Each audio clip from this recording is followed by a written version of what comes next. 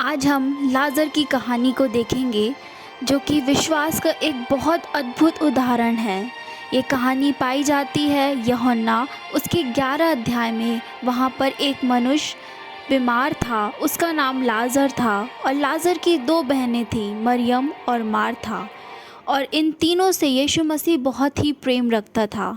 यीशु मसीह को जब मालूम हुआ कि लाज़र सो गया है, वो मर गया है, तो उन्होंने अपने चेलों से कहा, जो लाज़र सो गया है परंतु मैं उसे जगाने जाता हूँ।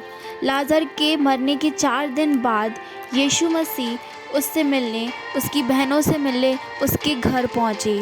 और उसकी बहन मार्था ने यीशु से कहा, हे प्रभु, यदि तू यहाँ होता तो मेरा भाई कदापि ना मरता। तो यीशु मसीह ने उससे कहा, पुनरुत्थान और जीवन मैं ही हूँ। जो कोई मुझ पर विश्वास करता है वह यदि मर भी जाए तो भी जिएगा।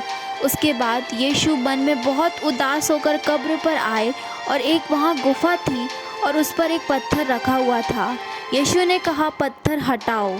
तब मार्था उससे कहने लगी, हे प्रभु, उसमें से तो अब दुर्गंध आती होगी, क्योंकि उसे मरे हुए 4 दिन हैं। तभी यीशु ने कहा, यदि तू विश्वास करेगी तो परमेश्वर की महिमा को देखेगी।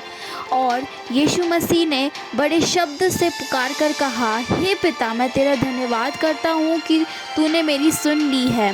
उसके बाद जो लाज़र मर गया था वह कफन से हाथ पांव बंधे हुए निकल आया, और यीशु ने उससे कहा, उसे खोल दो और जाने दो।